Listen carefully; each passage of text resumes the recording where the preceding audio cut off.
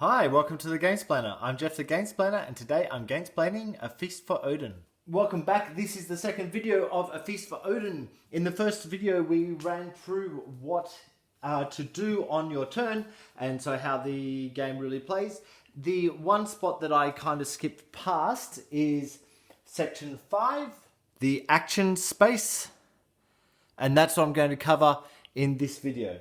You'll see a board with many different possible actions. Now I've already been through the 1, 2, 3 and 4, how many guys it was going to take for each of those columns, but what does each thing do? So let's run through it. The easiest way to deal with this board is go with the colors of each space. So if we deal with the white ones first, they are building. So it's building houses, building ships. What's going to happen is you will spend whatever's on the left of the arrow to gain whatever's on the right of the arrow. So in that top line, you're spending 2 wood to gain one of these tiles. Now you notice that these tiles have negative points on them. So it's -3 points, -3. So it's -6 points total on the tile, but 8 points for the tile. So at the moment, this tile is worth 2. At any point, you can fill these up with the appropriate goods. So 3 wood, 3 stone to gain the extra points to get that up to the 8 points. And that's the same all the way across. On the next level down is the boats, so you can spend 1 wood to get one of these boats, 2 wood for one of these, or 3 wood for the largest boats, the best boats. Each of those boats do slightly different things, which we'll get to momentarily. And obviously you can spend 2 stone or 2 wood to get one of those and one of those, or one of those and one of those, depending on the levels, and there's pictures of the goods that you can get for them.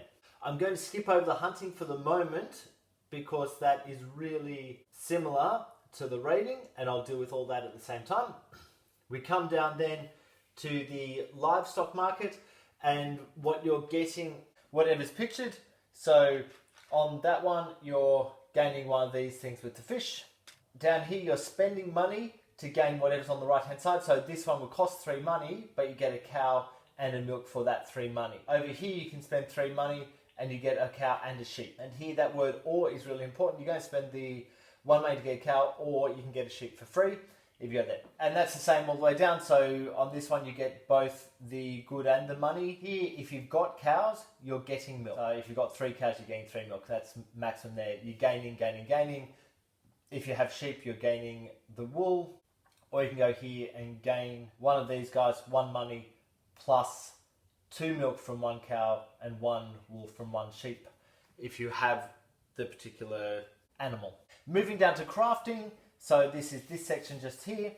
The crafting section, you're turning 1 good into another good. So you have to have the good to be able to create it. If you have one of these, you can turn it into one of these. If you have one of these and one of these, you can turn it into 2 money and one of those. Here, if you have an ore, you can turn that into 1 good from this area of the board. Notice that this crucifix should be in that area as well. That's a misprint. I'm not sure if that's going to get fixed up on future printings of the game, but the crucifix belongs in that area. So you can trade in 1 ore for any of those goods. And over here, you're gaining 4 money and you're turning the wool into a coat and the cutlery into jewelry. Okay, moving down. We come to the mountains and trade section, which is this section just here. On this section, you get to gain things from the mountain. So on this one, you can gain 2 goods, and that's just literally taking the next 2 goods from the mountain space. On this, you're getting 1 ore, but you're also getting 1 wood per player, and you'll take that from the general supply. So if you've got a 4-player game, you're getting 4 wood from there and 1 ore. If it's a 2-player game, so 2 wood and 1 ore. Here you're getting 3 things from 1 mountain row and 2 things from another mountain row. You're not able to get 5 things from the same mountain row. It needs to be different rows that you're taking it from. Always taking from the left-hand side of that row, by the way. And here you're able to take 4 things from the 1 mountain row. You can then upgrade things. So this is the upgrade, and what that's saying is you can take 2 things that you have already. So say those are the 2 things that I have. I can upgrade each of those 2 things 2 times. So this one will become this, and this one will become that. On these ones, you're only able to upgrade the number of things, so that little number there, 1 time. Now, if you've got 4 things upgrade, you cannot upgrade the same thing 4 times. It must be different things that get upgraded. This one also gains you the hunting cards. Then coming down here, if there are 4 mountain passes open, so there's only 2 at the moment. If there are 4, you can take 2 things from each of the things. You cannot take 4 things from one of those rows. They must be 2 from each of the separate rows, or you can upgrade 3 things 2 times. So it's a bigger or on that one. Then we come to these blue ones. This is the overseas trade section. So here you can spend money to turn any number of different green side things to the blue side. So it's going to cost you here, it'll cost you 1 money. You must have this particular boat in your bay in order to do it, but you can turn any number of different ones. So if I have 2 of these, I'm only going to be able to turn 1 of them to the blue side.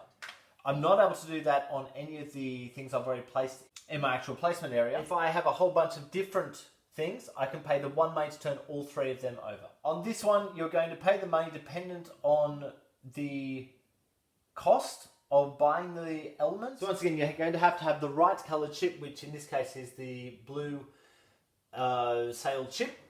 And you can purchase maximum of 2 of these items. The only one that can't be purchased is the crown. The rest have a purchase price on it. So you just trade in that money. You can get up to 2 items for doing that.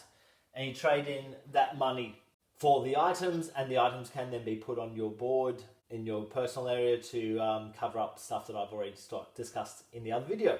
Once again, I will jump the red space and I'll come back to that. Coming down, we get to this one. On this one, you can use any of the boats that you have for one of these missions, and you can take any of the named places. So the first one, you're able to take one of these 2.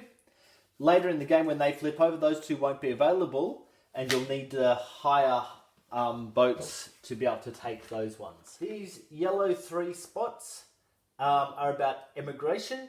So what's going to happen if you have one of these boats on your board, you can spend the money. Now the money is dependent on what round you're up to.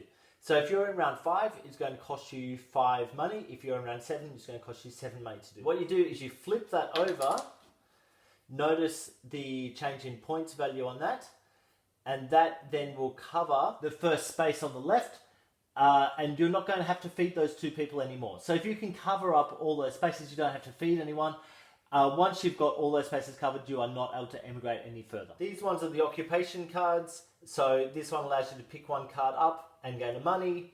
This one, you're spending stone or ore to be able to place a card out of your hand, which are these things. And some of them have points on them. They all do something. They all do something different. There's a book that tells you what each thing does, so I'm not going to go through that. You gain 1 money as well. This one, you're able to put down up to 2 cards from your hand. This one, up to 4 cards from your hand. We're going now to the hunting spots, which is these spots here. They work really similar to the raiding and pillaging, but we'll deal with hunting first. So it shows the color of the die you're going to be using. So it's an orange die for hunting game, and laying a snare, then a blue die for whaling.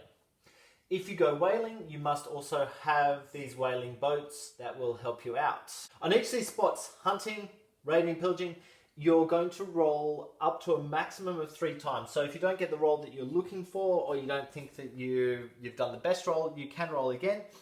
A maximum of 3 times, whichever one you choose to stick with, you stick with. If you roll again, then you lost the chance to stick with the roll that you just had. What you're looking for on the hunting and whaling spot is a score of 0. So if you, for example, roll a 1 on the hunting game, you're going to need to then also spend 1 weapon in order to gain the thing. Whereas if you roll 5, you'll have to spend 5 weapons. It could be wood on these ones as well to be able to get the thing. On this one, you're laying traps. So what that stuff on the left hand side also shows you is if you fail, so you call a failure on that, you will gain a weapon and a wood. You'll notice this one there and there, you'll return some of the Vikings too. So if you've used 2 to take that action and you've called a failure on that, you'll return one of the Vikings to you in order to be able to actually use him again later for something else, as well as gaining the stuff on the left hand side. If you're able to pay the items or pay the 5 items and that's the one you've chosen to take, you'll then get whatever's on the right hand side of that spot. With the whaling, that number is reduced by number of ore that are actually on your nails, that are actually on your whaling boats. So if I'm here, I can use up to 3 of my whaling boats with nails. I can only use 1 on that particular one. Noticing that you'll roll the 12-sided die on that one. Then moving down to the bottom, where we're on the raiding and pillaging spaces, you'll need to use whatever the listed boats are on the right hand side to do the raiding or pillaging, and you will roll the coloured die as indicated. You can once again get help. So what's going to happen, I'll start with the raiding action. The raiding action, you're using the orange die. You want to roll as high as possible. So say I roll a 7, I can add stone and long swords. So if I happen to have any long swords, which I don't actually have at the moment, but if I had any long swords, I could add them to that.